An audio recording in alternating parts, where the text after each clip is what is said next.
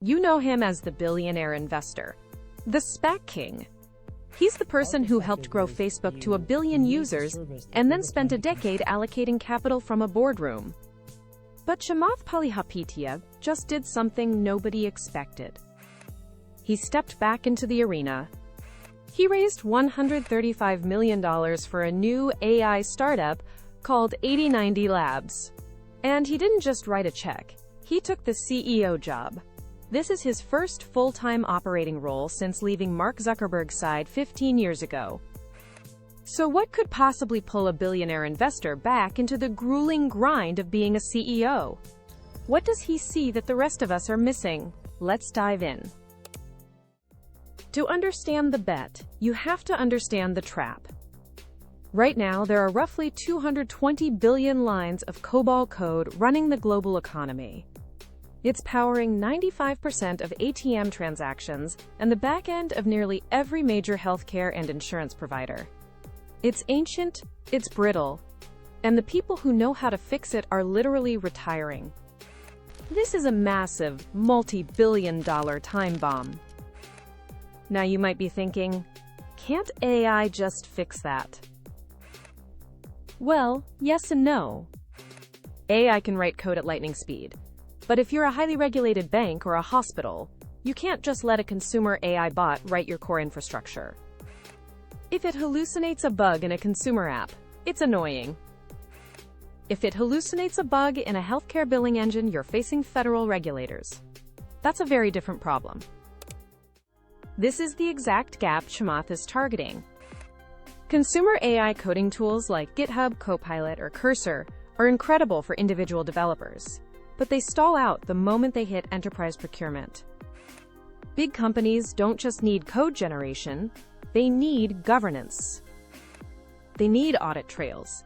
They need to know exactly who changed what, when, and why, because the law requires it. 8090's product Software Factory isn't competing with Copilot for the solo developer. It's an enterprise control plane. Think of it as a highly governed workspace, where humans and AI agents collaborate under strict oversight. It's the boring, unglamorous, but highly profitable layer of compliance that makes AI actually usable for Fortune 500 companies. Nobody else has built this. Until now. And here is where the strategy gets really interesting. Look at who funded this $135 million round. It was led by Salesforce Ventures. Why? Because Salesforce owns the distribution channel to every CIO on the planet. But even wilder, all 4 hosts of the All In podcast personally backed this round through their funds.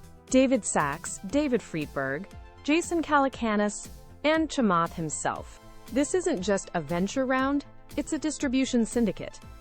They have built a media empire that reaches the exact demographic of executives who control enterprise IT budgets. Chamath isn't just building a product. He's assembled a cap table engineered to force that product into the hands of the biggest buyers in the world. Before we hit the final takeaway, if you're enjoying this deep dive into the hidden mechanics of the tech world, hit that like button and subscribe to Business Undercurrent. We bring you the stories beneath the headlines every week. Chamath has explicitly compared this moment in AI to his early days at Facebook. He believes the technological ground is shifting so violently right now that the decisions made in the next few years will dictate the power structures of the next 20. He calls AI the grand equalizer. For years, he allocated capital, trying to pick winners from the sidelines. But when you see a tectonic shift this massive, a shift that will literally rewrite the software infrastructure of the entire global economy, you don't just want to place a bet. You want to deal the cards. That's why the SPAC king is back in the operator's seat. He's not just funding the future, he's trying to build the factory that makes it.